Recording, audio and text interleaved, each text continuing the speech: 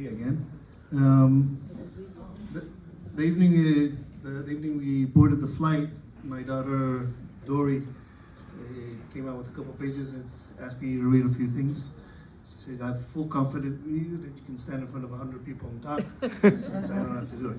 So here's a few words she wrote regarding her Lola. I would start by thanking everyone who showed up today to the celebration of Eva's life.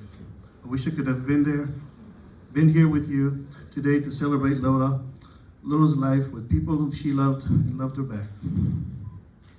Quick introduction, my name is Dory Osho Breitstein, the daughter of Avinoam and Vital, and Genoveba's fourth grandchild. I was fortunate enough to have had nearly 17 years of life with my Lola. It's hard to find the words that to even begin to describe the amazing person she was. The most caring, selfless, kind, intelligent, loving, strong, humble, brilliant, courageous, supportive, beautiful person that has ever walked the earth and has been part of my life. Not a single bit of evil in her heart, an uncommon thing to find. I think she nailed that paragraph. Besides being incredible, one-of-a-kind person that we all know and love, who also succeeded in everything she did, she was the ultimate Lola. She supported me in everything I did in life and was genuinely interested. She showed up to every basketball game that she could. And no matter how good or bad I was playing, she always hugged me at the end and told me how proud she was of me.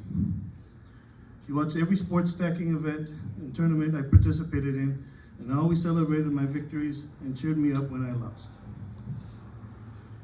When I was around 8 years old, I decided that I wanted to learn how to play a piano. The second I spoke to her about that, she was immediately on board and began teaching me soon later.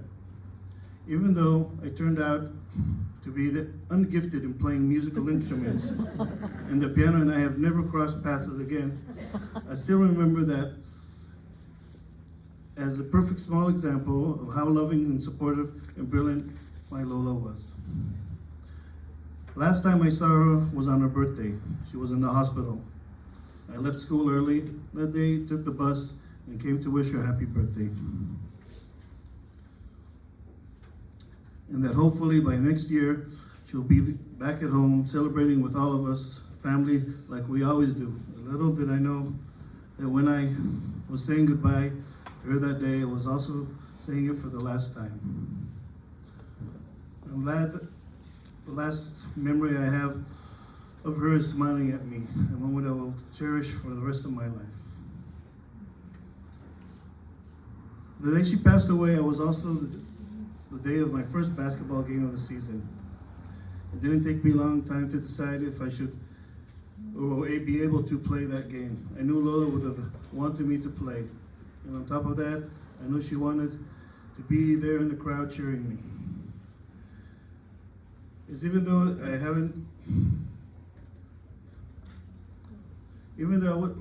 she wasn't there physically, she was there in my heart. I decided to dedicate that game to her.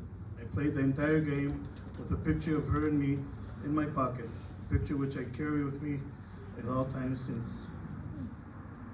I'll conclude to say how grateful I am to have had Lola in my life as long as I had. I'm thankful for every Shabbat dinner I have spent with her. I'm appreciative of all the conversation I've had with her, and most grateful that I got to be constantly inspired by her and be able to call her my Lola. Many daughters have done it valiantly, but thou excellest them all. Love, Dory.